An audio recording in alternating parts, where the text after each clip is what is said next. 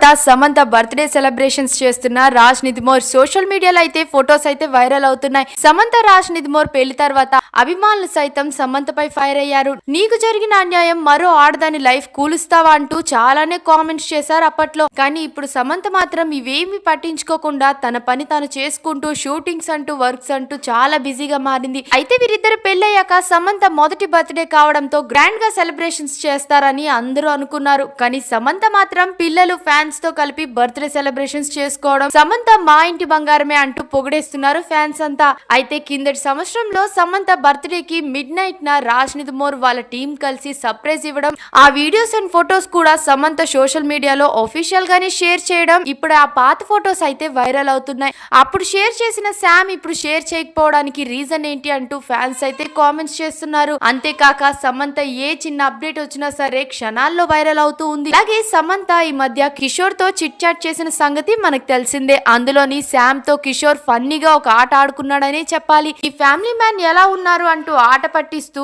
పొద్దులే అంటూ కోపం తెప్పిస్తూ ఆ వీడియోనైతే షేర్ చేశారు. ఈ వీడియోతోనే అర్థమైపోతుంది సమంత రాజ్ నిధిమోర్ల ప్రేమ బంధం ఫ్యామిలీ మ్యాన్ సిరీస్ తోనే స్టార్ట్ అయిందని. మొత్తానికైతే సమంత బర్త్డే భర్త రాజ్ తో జరుపుకుంటుంది అనుకుంటే ఫ్యాన్స్ పిల్లలతో పాటు క్యూట్ గా సెలబ్రేట్ చేసుకున్న వీడియో ఇప్పుడైతే వైరల్ అవుతూ ఉంది. మీరేమనుకుంటున్నారో కామెంట్స్ లో తప్పకుండా చెప్పేయండి. మరిన్ని అప్డేట్స్ కోసం మా ఛానల్ ని సబ్స్క్రైబ్ చేయండి.